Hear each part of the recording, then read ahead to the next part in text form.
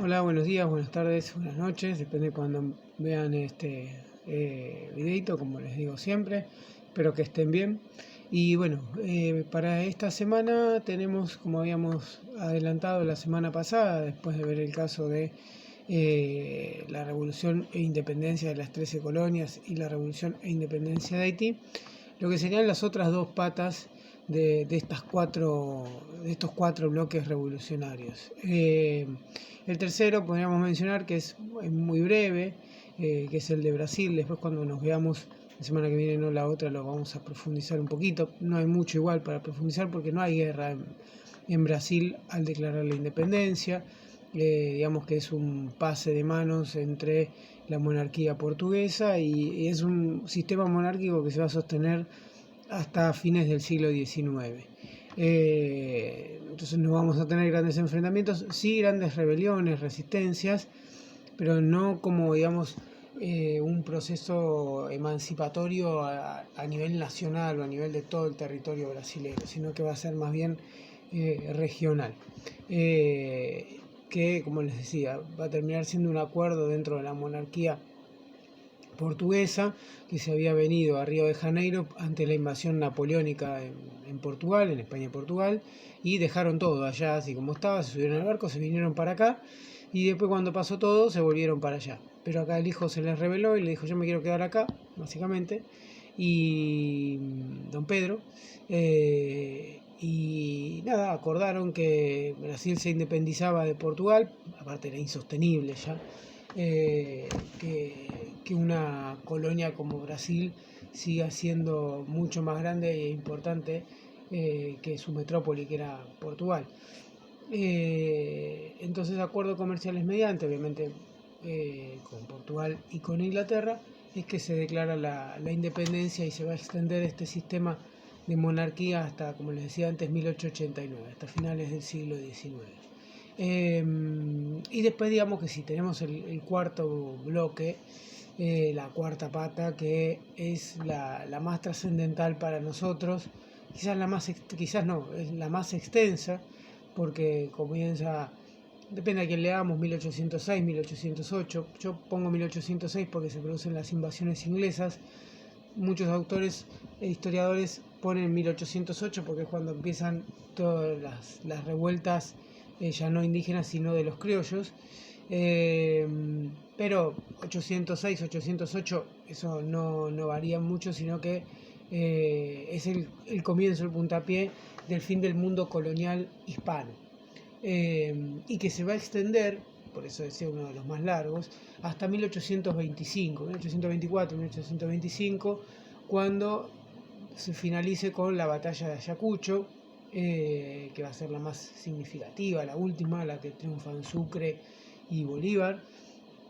Y después va a ser la convocatoria al Congreso Anfictiónico de Panamá por parte de Bolívar. Digamos que ahí se cierra el periodo de las guerras por la independencia. En el medio, bueno, obviamente cada una de las regiones fueron declarando su independencia, en mayor o en menor tiempo. ¿Sí? Porque, por ejemplo, nos encontramos con Venezuela, comienza la revolución e inmediatamente declaran la independencia. Pero después tenemos casos como por ejemplo Argentina o Chile, que comienza la revolución en 1810, y recién las declaraciones de independencia se van a firmar en 1816, 1817. ¿Sí? Entonces nos vamos a encontrar con un mundo totalmente disímil, o sea, si bien va a ser coyuntural el tema de las guerras, va a ser muy disímil en lo que tiene que ver justamente con la cuestión política. También nos vamos a encontrar con dos grandes etapas en estos casi 20 años, que va a ser justamente, va a ser marcado por la reconquista española, tanto en España, corriendo a Napoleón, como acá en América. Lo que impacta allá, impacta acá, en cuanto a en materia de la corona española. Entonces, así como se hicieron las revoluciones, primero, entre comillas, en nombre de Fernando VII, el famoso mito de la máscara, como para decir, bueno, no queremos depender de España, pero tampoco queremos depender de Francia, que estaba invadiendo España, entonces hacemos esta revolución en nombre de Fernando VII, cosa que no era así. Y cuando se produce, digamos, la reconquista en España, el triunfo sobre Napoleón, acá sucede lo mismo. España intenta la reconquista de los territorios que había perdido, cosa que va a extender esa guerra por casi 10 años más. Una primera etapa que va a ser muy desorganizada, muy elitista, inclusive desde el propio Simón Bolívar, y una segunda etapa que va a ser mucho más popular y mucho más organizada.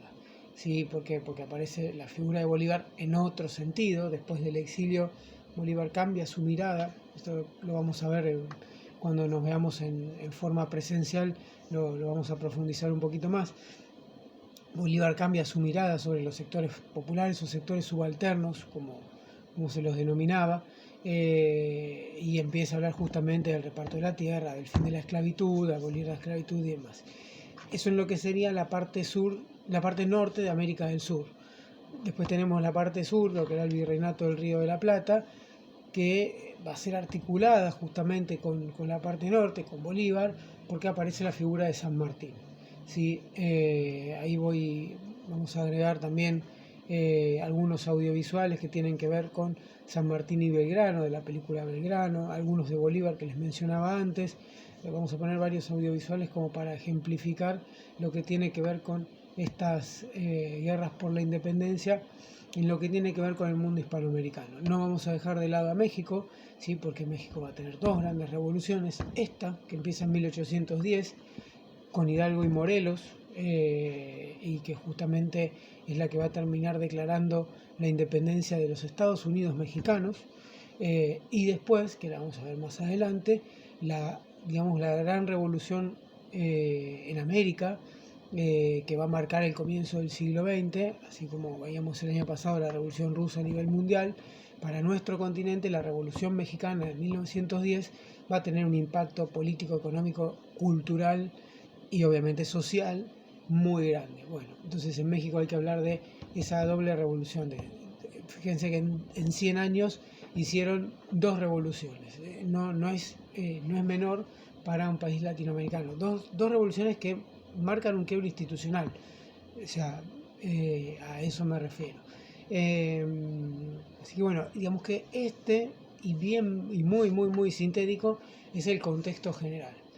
La semana que viene, como habíamos quedado, la vamos a dejar para leer los materiales, analizar y que nos podamos encontrar el otro lunes y el otro martes, que grabo para los dos cursos, o sea, la otra semana, para justamente profundizar y analizar todo este periodo independentista que arranca en Estados Unidos con las 13 colonias, que sigue con Haití. Brasil es más tardío, inclusive se declara la independencia después de que terminan las guerras en la parte que era Hispanoamérica, pero no importa, lo vamos a mencionar primero, porque después justamente nos queda el gran bloque, que es el que tiene que ver con toda América Latina, con la mayor parte del territorio, y obviamente después para meternos en lo que es puntualmente el Río de la Plata y ver qué es lo que sucedió en lo que supuestamente iba a ser la Argentina. Espero que estén bien y nos vamos escribiendo. Nos vemos en 2 semanas en formato presencial. Que tengan buena semana.